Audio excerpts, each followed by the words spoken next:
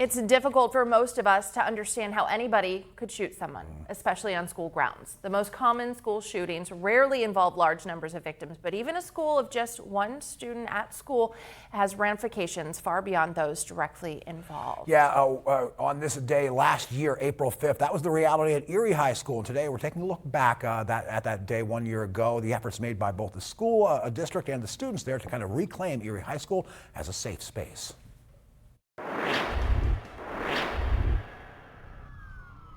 It was 1 year ago, on the morning of April 5th, 2022, that a 14-year-old student brought a 9mm handgun to Erie High School. That young man fired shots at his peer, bullets hitting the student in the thigh and the abdomen. It became a very fast-paced whirlwind event. Very proud of the response that we had that day and continue to have when anything does happen. Since that dreadful day, seeing more school shootings devastate other communities across the nation brings those feelings back to the surface.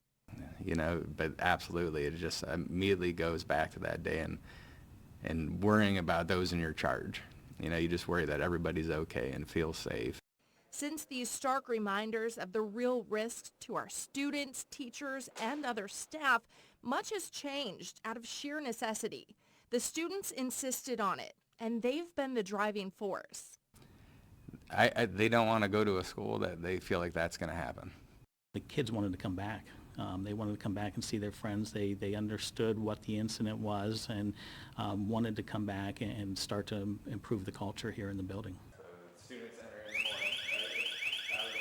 School officials say they feel better prepared now than ever. We cannot change anything from our history.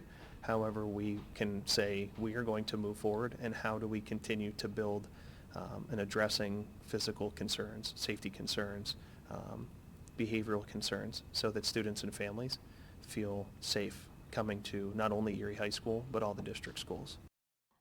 When you walk through the door at Erie High, you'll either go through a security vestibule or you'll go through these security detectors. But when you get in that door, you're going to notice the changes that have been made over the last year. And those changes, I promise you, go much deeper than those metal detectors and that safety vestibule.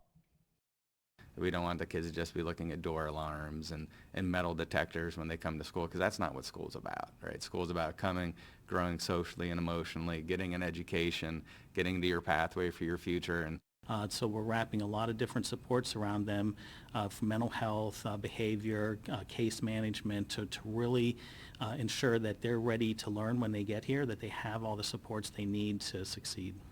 Tracy Tudup, Erie News Now.